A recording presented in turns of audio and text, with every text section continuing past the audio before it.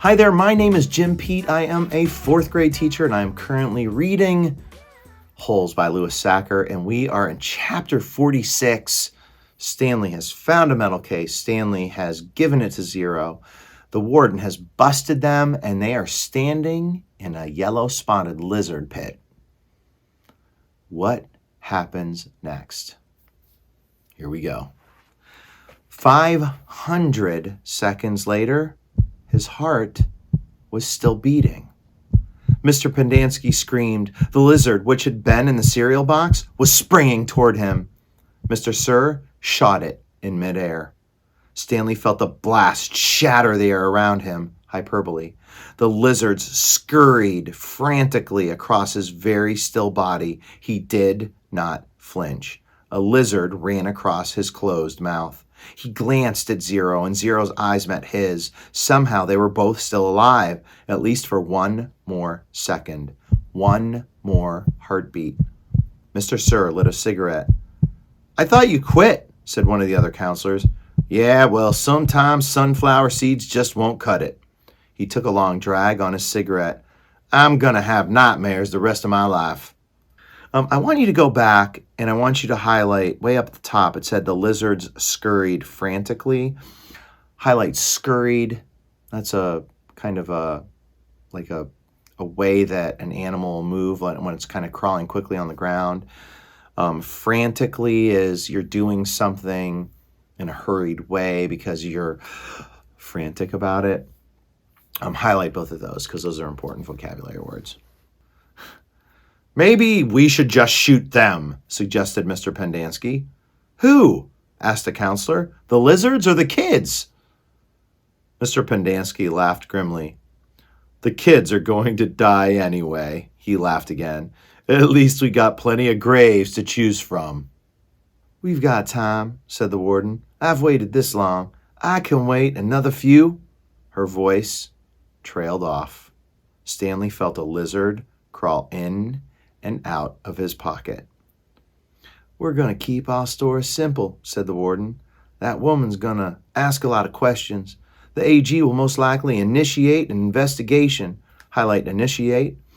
Start. So this is what happened. Stanley tried to run away in the night, fell in a hole, and the lizards got him. That's it. We're not even going to give them Zero's body. As far as anybody knows, Zero doesn't exist. Like Mom said, we got plenty of graves to choose from. I love that she called him Mom. Why would he run away if he knew he was getting released today? Asked Mr. Pendanski. Stanley's getting released today? What? Bro, what are you talking about, man? Who knows? He's crazy. That was why we couldn't release him yesterday. He was delirious, and we had to keep watch over him so he wouldn't hurt himself or anybody else. She's not going to like it, said Mr. Pendanski. She's not going to like anything we tell her, said the warden. She stared at Zero and at the suitcase. Why aren't you dead yet? She asked. Great people we got here. Stanley only half listened to the talk of the counselors. He didn't know who that woman was or what AG meant. He didn't even realize they were initials. It sounded like one word, AG. His mind was focused on the tiny claws that moved up and down his skin and through his hair. He tried to think about other things. He didn't want to die with the images of the warden, Mr. Sir, and the lizards etched into his brain. Instead, he tried to see his mother's face. His brain took him back to a time when he was very little, all bundled up in a snowsuit. He and his mother were walking, hand in hand, mitten in mitten, when they both slipped on some ice and fell and rolled down a snow-covered hillside. They ended up at the bottom of the hill. He remembered he almost cried, but instead, he laughed. His mother laughed too. He could feel the same light-headed feeling he felt then, dizzy from rolling down the hill. He felt the sharp coldness of the snow against his ear. He could see flecks of snow on his mother's bright and cheery face.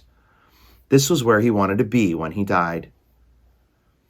Hey, caveman, guess what? Said Mr. Sir. You're innocent after all. I thought you'd like to know that. Your lawyer came to get you yesterday. Too bad you weren't here."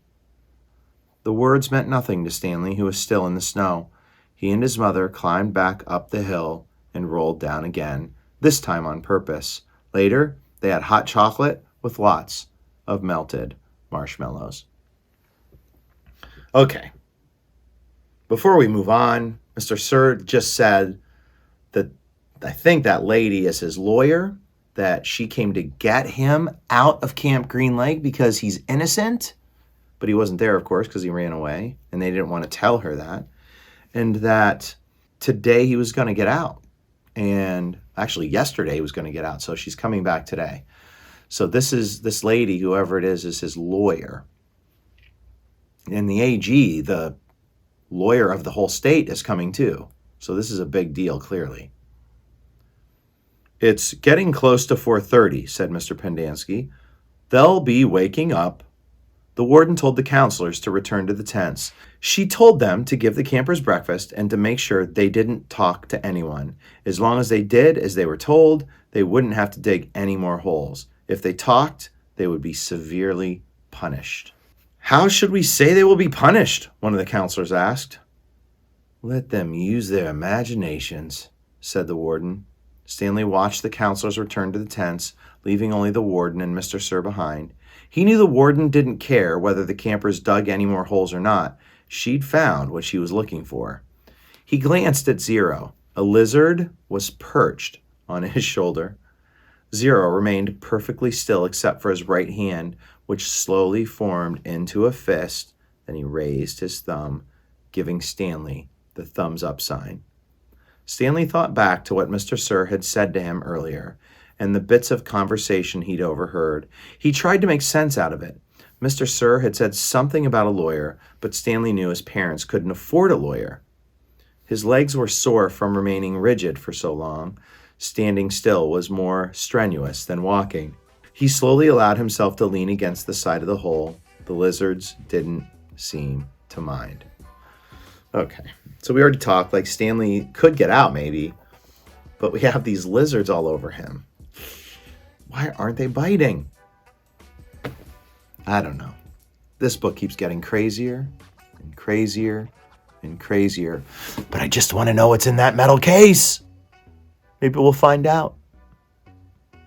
Make sure you hit like, make sure you hit subscribe, leave a comment, and I will see you on the next page. Peace.